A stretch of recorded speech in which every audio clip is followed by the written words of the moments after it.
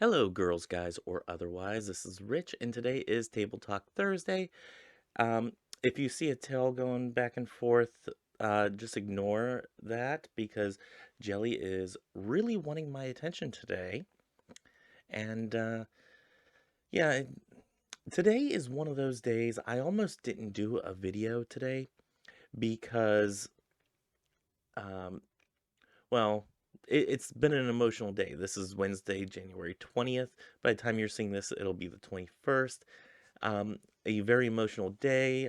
We saw, of course, the inauguration. I was on pins and needles the entire time up until they got to safety. After what happened at the Capitol riots and whatnot, I didn't want to see anything happen to either one of them, especially on Inauguration Day, because not only was I concerned about their safety and the safety of everybody there, of course, but also for the new administration not having somebody as a designated survivor that had their interests at heart. Um, so I was very much on pins and needles. I was very concerned, and now I have an itchy nose. Excuse me, just a second. Yeah, just I think I have somebody's fur uh, on my nose, and it was tickling the hell out of me. Anyway, so I almost didn't do this video today because um, today, of course, like I said, is Table Talk Thursday. I got my little card here.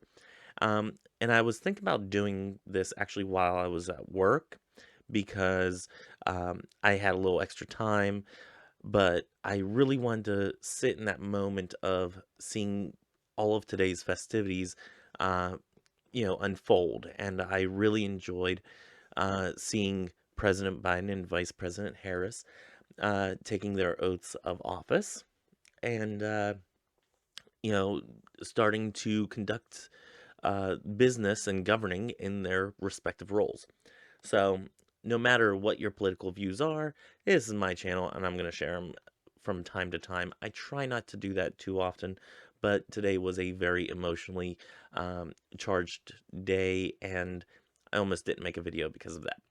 Anyway, I'm making a video now. It is about 8 o'clock in the evening, so let's go ahead and get this done.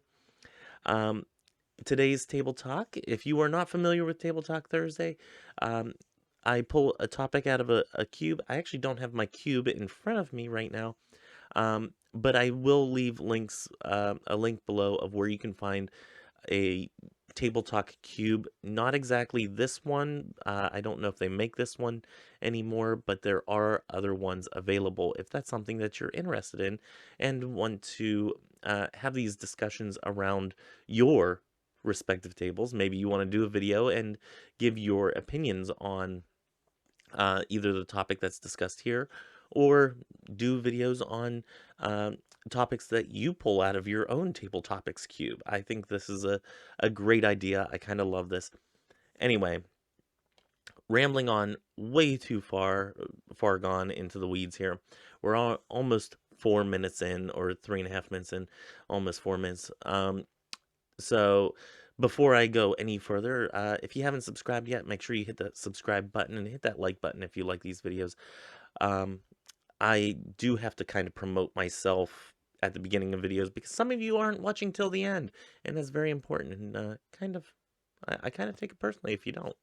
Um, but anyway, today's topic is if a person who has been a great benefit to society for 20 years is found to have been the perpetrator of a severe crime 30 years before, should they go to prison?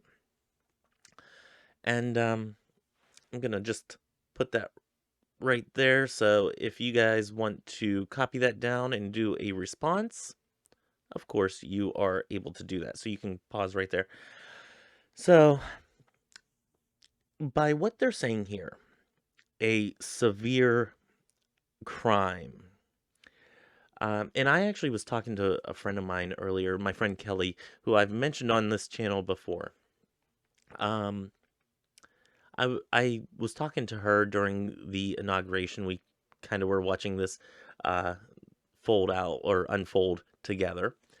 And I started talking to her about uh, doing these videos of the table topics, and I kind of wanted to get her perspective on this and run the idea by her.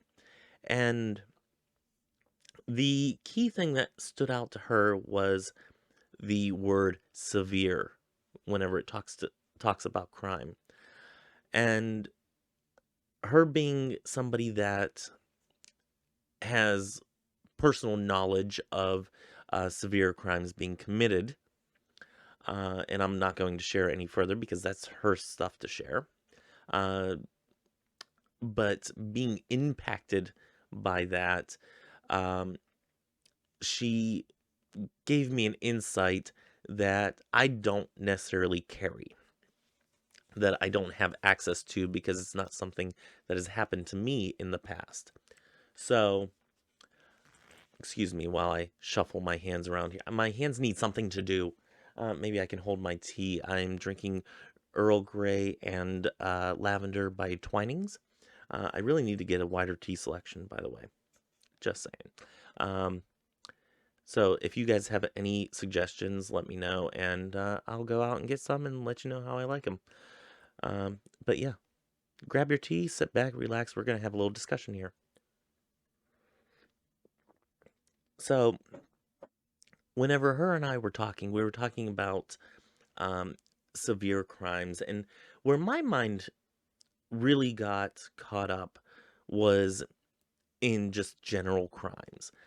Say somebody, robbed somebody or shoplifted something, 30 years ago, but they've been an upstanding member of society. Maybe they have progressed in society, or caused society itself to progress. Um, and they've done great works since that time. Should they be held accountable for that? And or should they go to prison for that? And my answer to that was it depends on the severity.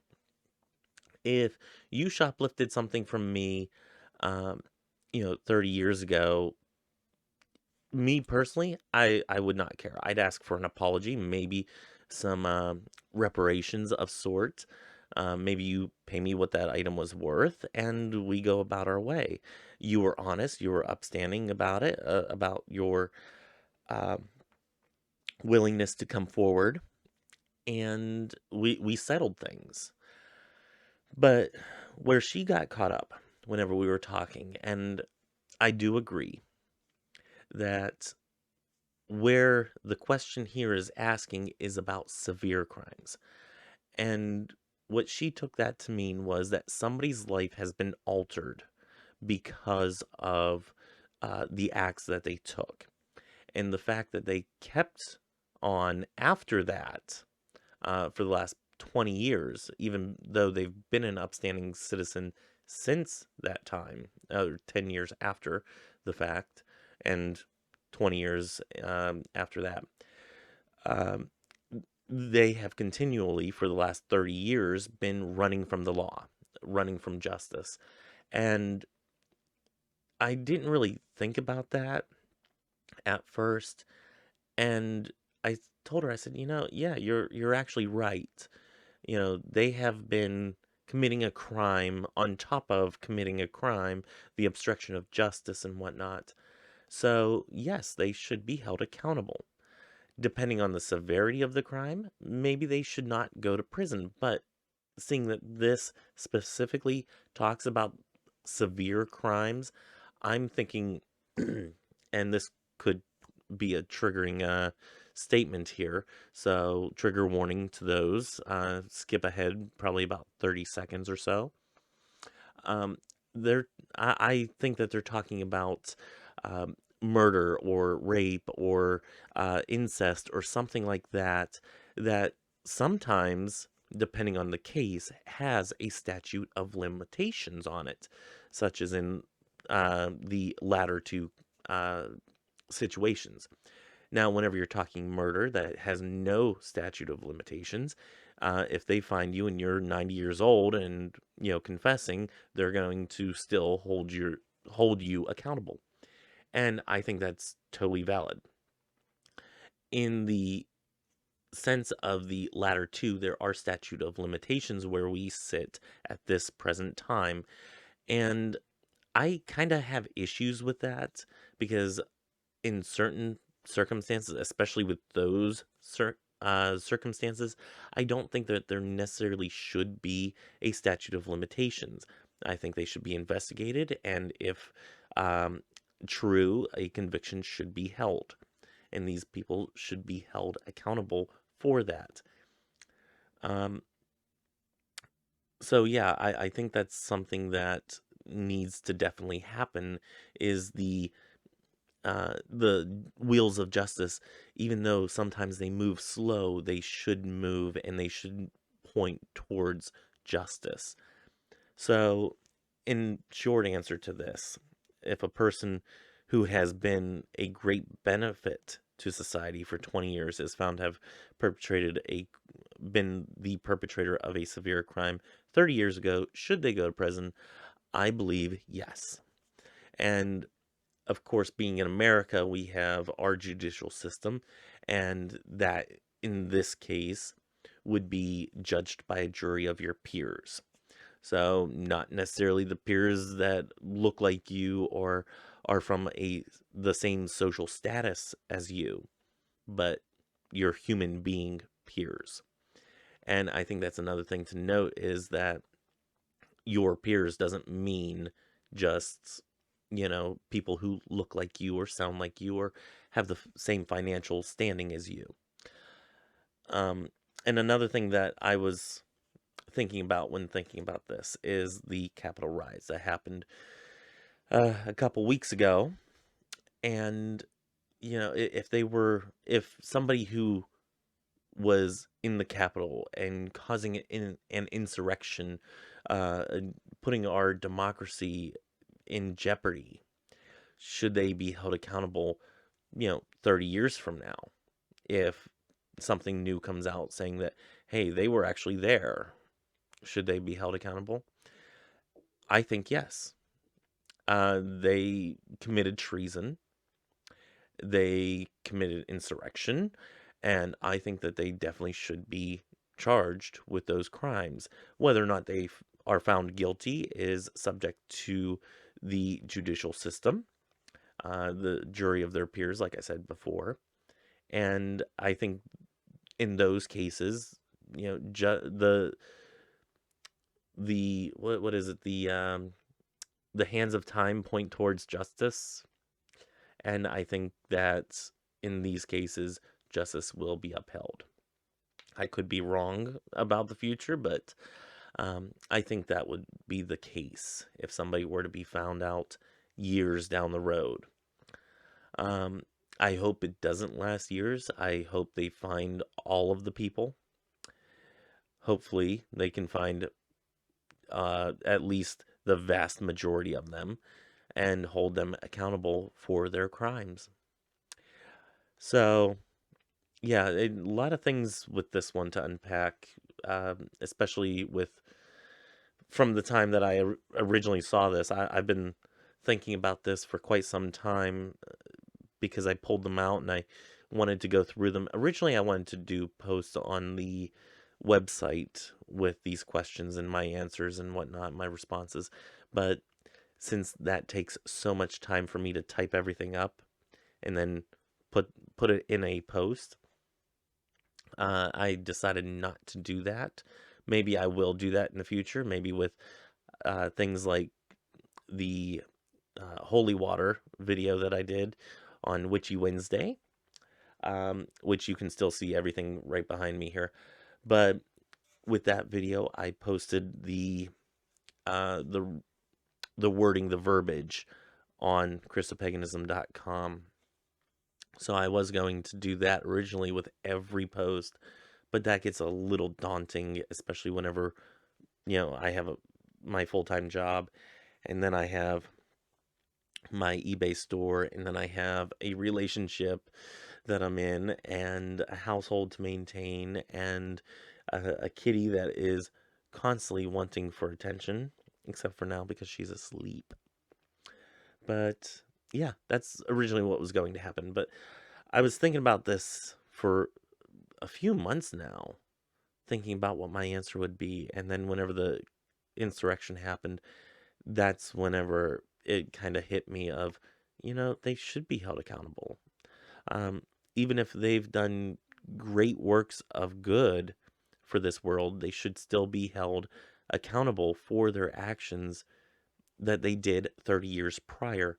So, anyway, I'm going to end this here. So about 15 minutes, 16 minutes probably by the time I'm done talking here, but somewhat of a short video. And yeah, I think that's all that I have to say for today.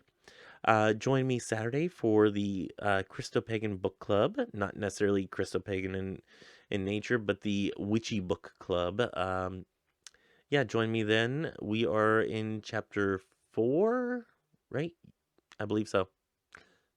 I believe it's chapter 4. Yeah.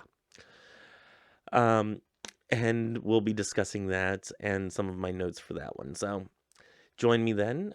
This is chapter 4 of The Inner Temple of Witchcraft. If you haven't been joining me so far and would like to, um, check out the first 3 videos for that and get ready for chapter 4. So, yeah, I'll see you guys Wednesday. And until then, may you have love, hugs. Did I say Wednesday? Saturday. But until then, may you have love, hugs, and ladybugs. Bye bye.